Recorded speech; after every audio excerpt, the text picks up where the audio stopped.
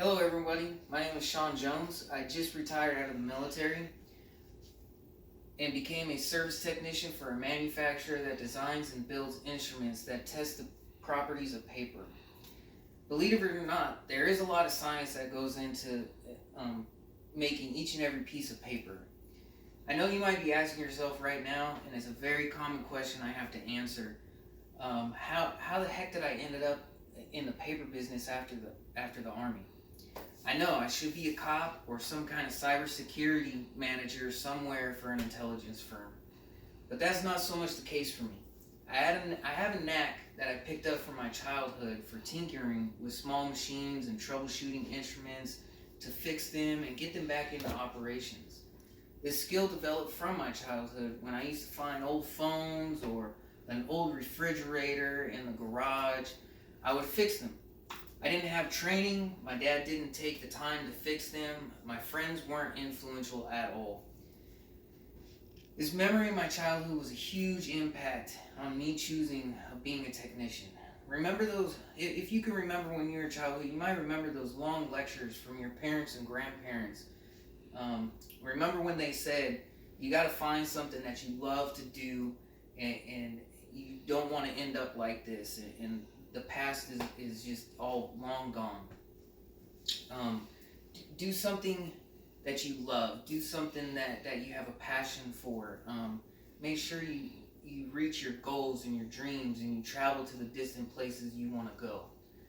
Well, a lot of people don't take into consideration when they're a child or young adult. They don't think about this. And I can't thank my elders enough for making this idea stick in my brain. By remembering the lectures and guidance they told me, it was easy for me to know why I chose my career path. I remember something I loved to do and implemented it into my career. It wasn't just me remembering a skill I'm fortunate to have, it was more of a process.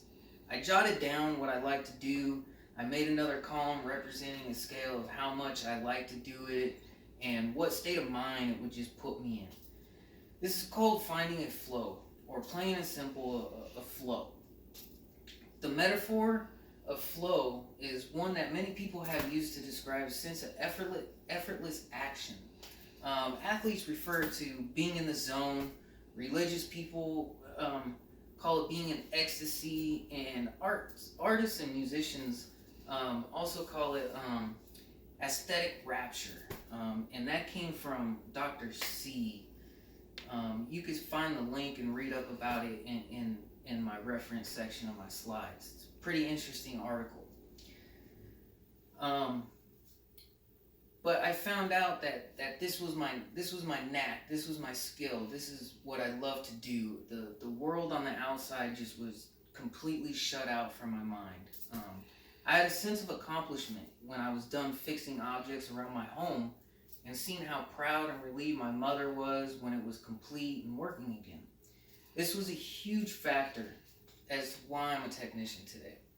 Every day I get to see my mother's face when I finish a job. It's just a great feeling to have.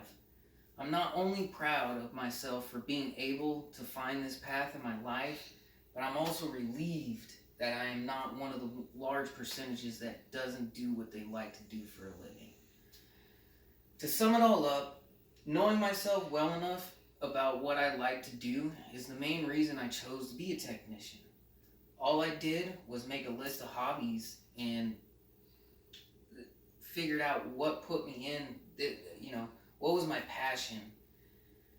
I matched different items up that related to each other and researched different careers that needed these types of skills. It is commonly missed in a life's path for the fact we are just caught up in other moments and we just don't realize what we truly like to do. So hopefully my story and why I chose my career can spark a flame in someone's head to take a moment to truly think about the things one enjoys in life and just try to make a career out of it. Hope you enjoyed.